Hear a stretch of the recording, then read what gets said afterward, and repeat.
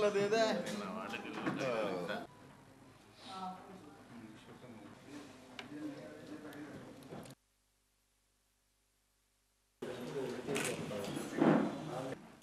ఇవాళ 10 సంవత్సరాలు మోదీ గారి పరిపాలనలో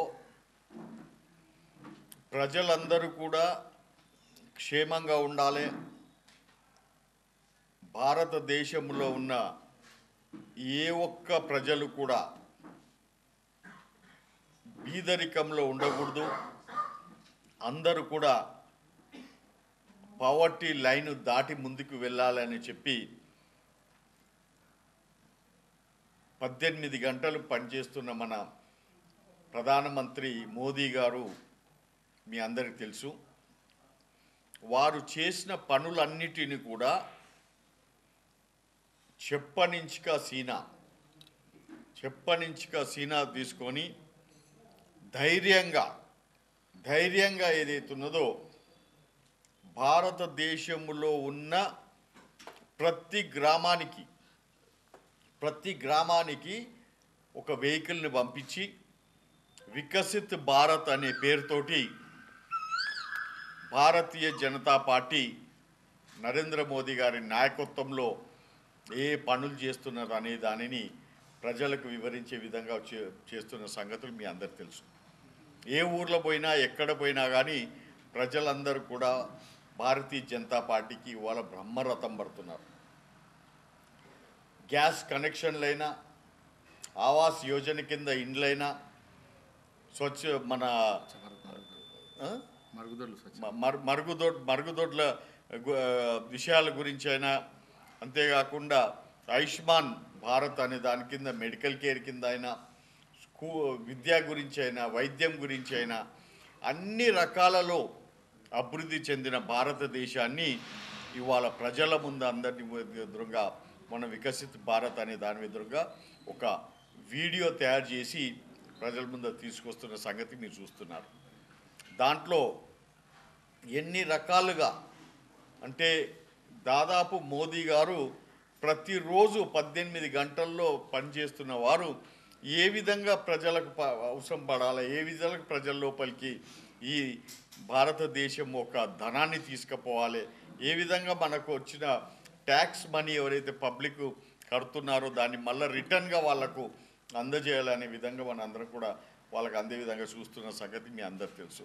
అంతేకాకుండా గ్రామాలలో కూడా ఎవ్వరు కూడా ఏ వృత్తి ఉన్న వాళ్ళు కూడా మంగలి వాళ్ళు కానీ, చాకలి వాళ్ళు కానీ, కమ్మరి కానీ, కుమ్మరి కానీ ఎవరైనా కానీ వాళ్ళకందరికీ కూడా వాళ్ళ చేతి నిండా పని ఉండాలా, వాళ్ళకి ఆర్థిక విధంగా కూడా ఎక్కడ నష్టపోకూడదు, ఆర్థికంగా కూడా వాళ్ళు లాభపడాలా, ఆర్థికంగా వాళ్ళు బిజినెస్లు పెట్టుకునే విధంగా, ఓ చిన్న వ్యాపారం పెట్టుకునే విధంగా వారికి లోన్స్ ఇచ్చే వ్యవస్థ కూడా మనం చూస్తున్నాం. వారు ఇవాళ మోదీ గారు ప్రయత్నాలు చేస్తున్న సంగతి మీ అందరికీ తెలుసు. అంతేకాకుండా ఈ స్కీములు ఏవైతే భారతదేశంలో మనం అందరి ముందర పెట్టిన ఈ స్కీములను అన్నిటిని కూడా ఈ ప్యాంప్లెట్ ద్వారా ప్రతి గ్రామానికి ప్రతి ఒక్కరికి చేరే విధంగా ఈ ప్యాంప్లెట్ అన్నిటిని కూడా మనం పంచుతున్న సంగతి మీ అందరూ తెలుసు. దీంట్లో మీరు చూస్తే ముఖ్యంగా ఏదైతుందో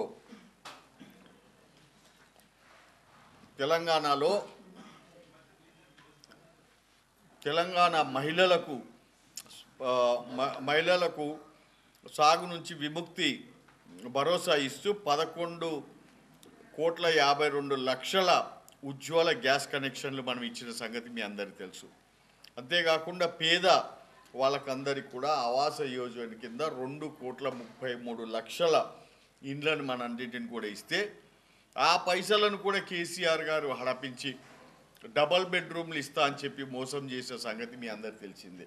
కానీ ఇవాళ మేము ఏమి ఇచ్చాము, కేంద్రం నుంచి ఏంది ఇచ్చామనే దానిని ధైర్యంగా ఏదైతున్నదో ఈ ప్యాంప్లెట్స్ ద్వారా కానీ ఈ బుక్స్ ద్వారా కానీ మీ అందరి ముందల ప్రదర్శిస్తూ ఈ హ్యాండ్ కాపీస్ ఇచ్చుకుంటా మళ్ళీ ఎల్ఈడి వ్యాన్స్ అన్నిటికుండా పెట్టి ప్రజలకు అందరు చెప్పడం జరుగుతుంది. అంతేకాకుండా ప్రతి ఇంటికి క్యాలెండర్ రూపంలో కూడా ప్రతి ఇంటికి మా భారతీయ జనతా పార్టీ చేస్తున్న పనులన్నిటిని కూడా వాళ్ళకి తెలియపరిచే విధంగా ఇవాళ పనిచేస్తున్నది భారతీయ జనతా పార్టీ అని చెప్పి తెలియజేస్తున్నాం. ఇవాళ ఇక్కడ మనం చూస్తే కేసీఆర్ గారు ఏ ఒక్క అంశాన్ని కానీ, విద్యని కానీ, వైద్యాన్ని కానీ, అన్నిటినీ కూడా ఆవాస్ యోజన కానీ, మహిళలకు వచ్చే సెల్ఫ్ హెల్ప్ గ్రూప్ల డబ్బులు కానీ అన్నిటిని కూడా ఆయన అంతా దారి మళ్ళించి కాళేశ్వరానికి మాత్రం పెట్టి అక్కడి నుంచి కమిషన్ తీసుకున్న సంగతి మీ అందరికీ తెలుసు. ఇవాళ కేంద్ర ప్రభుత్వ పథకాలు లేకపోతే తెలంగాణ రాష్ట్రమే లేదని చెప్పి మీ అందరికీ నేను ఘంటాపదంగా చెప్తున్నాను. మొన్ననే మీరందరూ చూసారు, ప్రజలందరూ కూడా కేసీఆర్ పరిపాలనకు వెక్స్ అయి ఇవాళ కాంగ్రెస్ ప్రభుత్వాన్ని తీసుకొచ్చింది. కానీ కాంగ్రెస్ 6 గ్యారెంటీలు ఇస్తూ ప్రజలను మభ్యపెడుతూ ఏ ఒక్కటి కూడా అంటే అమలు కాని గ్యారెంటీలు అన్నిటిని కూడా వాళ్ళందరూ కూడా ప్రజలకు పెట్టి మళ్ళొకసారి ప్రజలను మోసం చేస్తున్నది కాంగ్రెస్ అని చెప్పి నేను మీ అందరికీ నేను తెలియజేస్తున్నాను.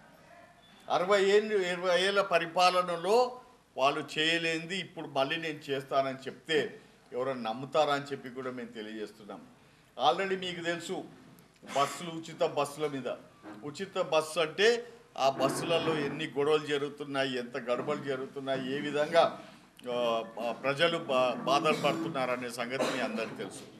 అంతేకాకుండా ఈ 6వ తారీఖు వరకు వాళ్ళు ఇవన్నీ కూడా దాన్ని ఏమంటారు అప్లికేషన్స్ తీసుకొని మీకు అందరు కూడా అప్లికేషన్లు దాంట్లో పెట్టండి, మీ ఆధార్ కార్డు పెట్టండి, ఆధార్ కార్డు లింకు చూపియండి, ఇవన్నీ చెప్పి అప్లికేషన్లు 6వ తారీఖు దాకా కూడా తీసుకున్న తర్వాత ఏ విధంగా వాళ్ళు సక్సెస్ఫుల్ అవుతారో మీరు అందరికీ చూడాల్సి వస్తుంది. ఎందుకంటే నేను చెప్పేది ఏంటంటే భారతదేశంలో భారతీయ జనతా పార్టీ నిధులతోటి ఏదైతే ఉన్నదో ఇవాళ రాష్ట్రాలకి అన్ని పథకాలు ఇస్తుంది. కాంగ్రెస్ ప్రభుత్వం రేపు పొద్దున ఎక్కడి నుంచి డబ్బులు తెస్తాయని చెప్పి నేను అడుగుతున్నా. 7 లక్షల కోట్ల రూపాయలు ఇవాళ కేసీఆర్ ప్రభుత్వం బీఆర్ఎస్ ప్రభుత్వం ఏదైతే అప్పుల పాలు చేసి ఎఫ్ఆర్బిఎం లిమిట్స్ను కూడా అధిగమించారు. వాళ్ళు అప్పులు తెచ్చుకునే గ్యారంటీలను కూడా వాళ్ళు అధిగమించేసారు. ఏ ఒక్క దగ్గర కూడా కూడా ఇంకా వాళ్లకు కాంగ్రెస్ ప్రభుత్వానికి ఎక్కడ కూడా నిధులు వచ్చే విధంగా కూడా లేకుండా వాళ్ళకి అందరికీ అన్ని రకాల డబ్బులు ఆల్రెడీ వాళ్ళు యూజ్ చేసుకున్నారు. మొన్న రేవంత్ సీఎం గారే ఆయన నోటితో అనడం జరిగింది, నేనేదో సీఎం అయితే లంక బిందెలు దొరుకుతాయని చెప్పి వచ్చిన, కానీ బోకులు దొరికినాయి నాకు అని చెప్పి ఆయనే కమిట్ అయిపోయాడు. వచ్చిన నెలలనే కమిట్ అయిపోయాడు. అంటే నాయన నా దగ్గర ఏం లేవు, నా దగ్గర మిగిలింది ఉత్త బోకులే అని చెప్పి ఆయన చెప్పడం జరిగింది. కాబట్టి ఇప్పటికైనా కానీ మీ అందరి మేము కోరుతున్నాం, చెప్తున్నాం, ఏతుందో భారతీయ జనతా పార్టీయే రేపు రాబోయే ఎంపీ ఎలక్షన్స్లో కూడా ఎంపీలను అన్నిటిని కూడా మ్యాక్సిమంగా 17కు 17 సీట్లు భారతీయ జనతా పార్టీని గెలిపించుకుంటేనే ఈ రాష్ట్రానికి ఏదన్నా ఆదాయం ఉంటుంది.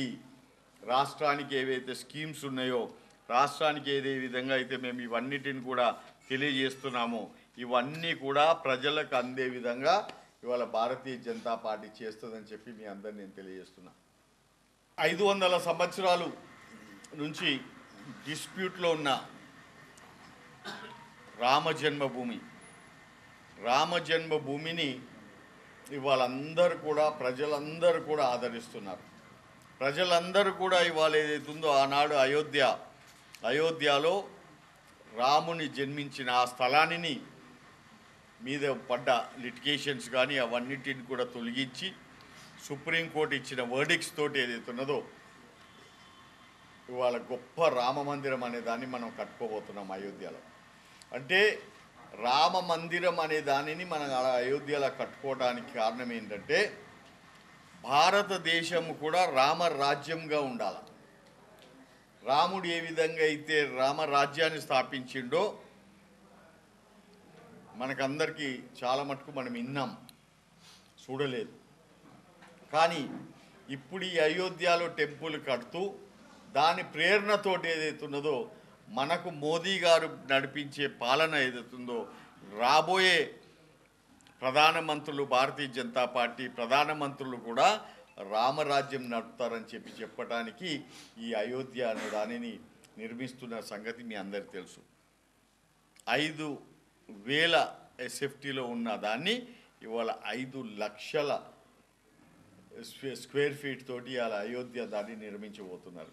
కాబట్టి నేను మీ అందరితోటి కూడా కోరుతున్నా, ఏ విధంగా అయితే మనకు అందరికీ రాముని మీద భక్తి ఉందో, రాముని మీద శ్రద్ధ ఉందో, ఆ విధంగా అందరూ కూడా అయోధ్య నుంచి వచ్చిన అక్షంతలు కానీ అవన్నిటిని కూడా సేవించి మన ఇంటి రోజు 22వ తారీఖు నాడు ఒక పెద్ద పండుగ, గొప్ప పండుగ, రాముణ్ణి మళ్ళీ ప్రాణ ప్రతిష్ఠ జరుగుతున్న సమయంలో 12 గంటల 20 నిమిషాలకు 12 గంటల 20 నిమిషాలు అభిజిత్ లగ్నంలో ప్రాణ ప్రతిష్ఠ జరిగే ఈ మహా ఉత్సవాన్ని అందరూ కూడా పార్టిసిపేట్కి అయ్యి అందరూ కూడా మనకు రామరాజ్యం రావాలని చెప్పి కోరుకోవాలని చెప్పి నేను కోరుకుంటున్నాను. అంతేకాకుండా దేవుని దయ వల్ల, ఆ శ్రీరాముని ఆశీర్వాదం వల్ల నాకు కూడా, అంటే తెలంగాణలో 65 మందికి మాత్రమే ఇన్విటేషన్ వచ్చింది. ఎంతమంది? 65 మంది మాత్రమే ఇన్విటేషన్ వచ్చింది. దాంట్లో ఇద్దరు పొలిటీషియన్స్కి ఇన్విటేషన్ వచ్చింది ఆ రోజు కోసం. ఒకటి జితేందర్ రెడ్డికి, రెండోది ఏదైతున్నదో దేవేందర్ గౌడ్ గారికి, వీరేందర్ గౌడ్, తత్తిమ వాళ్ళు 63 మంది ఏదైతున్నారో అందరు బిజినెస్ మ్యాన్స్లకు. కాబట్టి మీ అందరి ప్రేమతోటి దీంతో నాకు అవకాశం దొరికింది. మీరందరూ ఈడ 22వ తారీఖు నాడు పండుగ చేసుకుంటే నేను కన్లారా ఏదైతున్నదో అయోధ్యలో రాముని దగ్గర వాళ్ళు పంపించిన ఇన్విటేషన్ ద్వారా